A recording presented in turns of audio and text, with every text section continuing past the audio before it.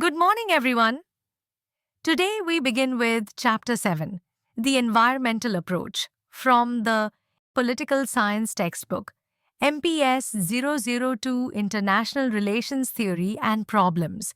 This chapter is not only important for your IGNU course, but also highly relevant for those preparing for the UPSC Civil Services examination with PSIR optional.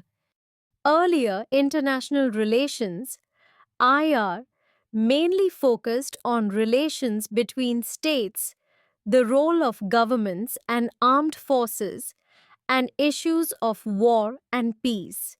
After the Second World War, however, non state actors became important in IR, including terrorist organizations, multinational corporations, and civil society groups. So earlier, IR focused on relations between states, the role of governments, and armed forces, and issues of war and peace.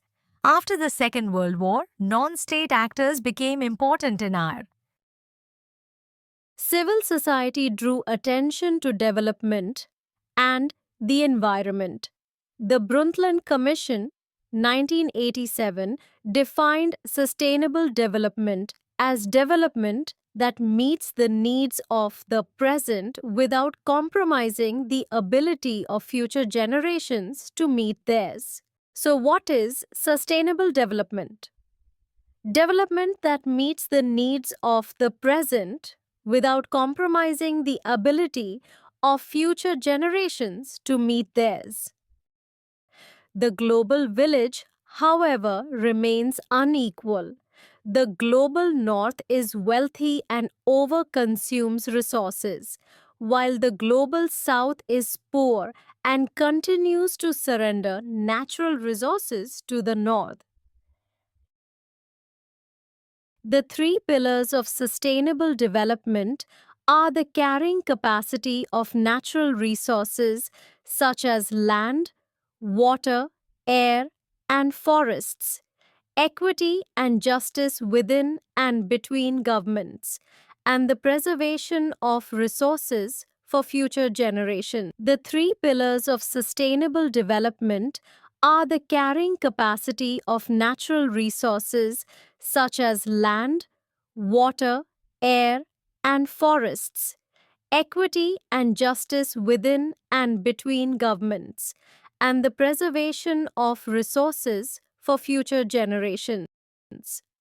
Global efforts in this direction include the World Summit on Sustainable Development, held in 2002, which was attended by 192 countries and aimed at reaching consensus or general agreement on policies for sustainable development. Interconnected nature of environment. The environment, including air, water, forests, and land, naturally transcends political borders. Forests stretch beyond the borders of nations, unbound by human lines. Rivers weave through countries without regard for boundaries. Air drifts freely from land to land with silent freedom. The land itself lies undivided beneath us, unbothered by the lines we draw. While the environment is meant to promote interdependence and cooperation, it has also become a source of conflict due to resource scarcity, challenges in fair distribution, and geopolitical tensions over control and misuse. So, environment has also become a source of conflict. Why? Due to resource scarcity, challenges in fair distribution, and geopolitical tensions over control and misuse. Nature, once seen as a unifying force, has now become central to international political conflicts. Resource scarcity and the widening wealth gap threaten global stability. Major powers, such as the G7 and G8, are shifting their focus from weapons to the control of natural resources and technology. At the same time, the dynamics of international relations are also changing. The traditional focus on government and military is gradually giving way to the involvement of grassroots actors such as NGOs, civil society, farmers, forest dwellers, and indigenous communities. People, not just states, are now emerging as active agents in international relations. Environment as a political issue. Why environment become a political issue? Nature, once a unifying force, is now central to international political conflicts. Resource scarcity and the growing wealth gap threaten global stability. Major powers such as the G7 and G8 are shifting focus from weapons to controlling natural resources and technology. As environmental become now central to international political conflicts. Major powers are trying to control natural resources. Here we can see changing dynamics of international relations. The traditional focus on government and military is shifting towards grassroots actors such as NGOs, civil society, farmers, forest dwellers, and indigenous communities. People, not just states, are now active agents in international relations. Environmental threats now surpass military threats in both urgency and scale.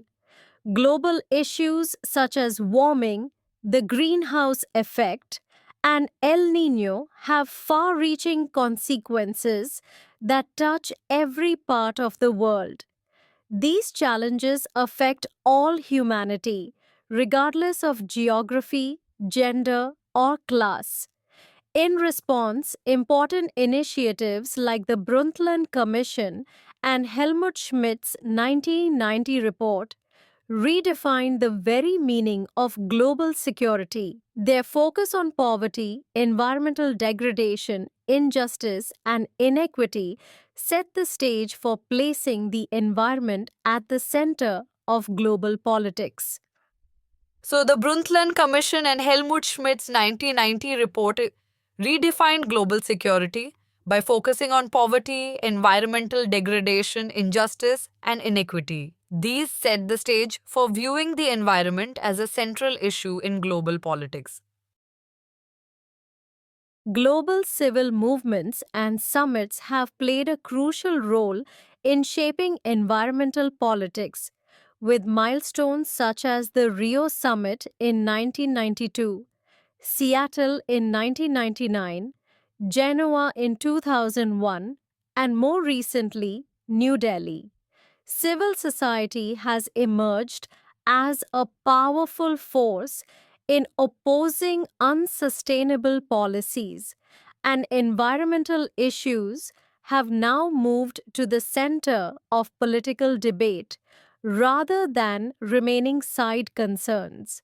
At the same time, the North South divide continues to shape global dynamics.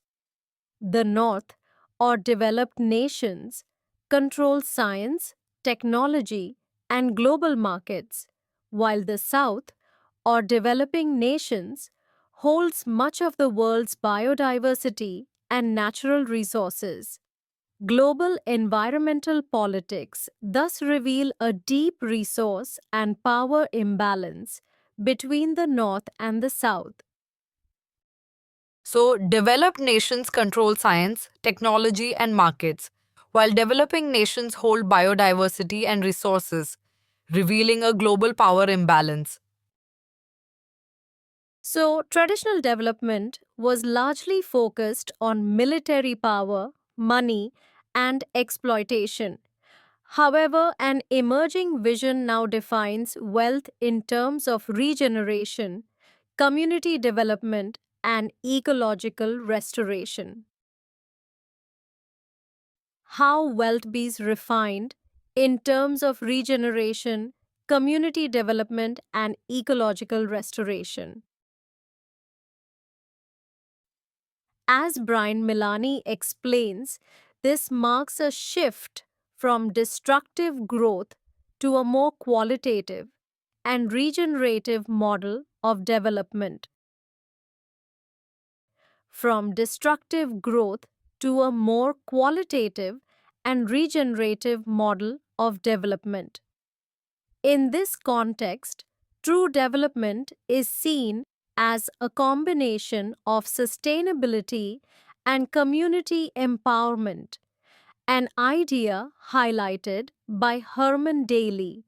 Current environmental approaches therefore aim to challenge centralized control, restore community rights over resources, and promote holistic and sustainable progress. The next part we will discuss in next video. Thank you.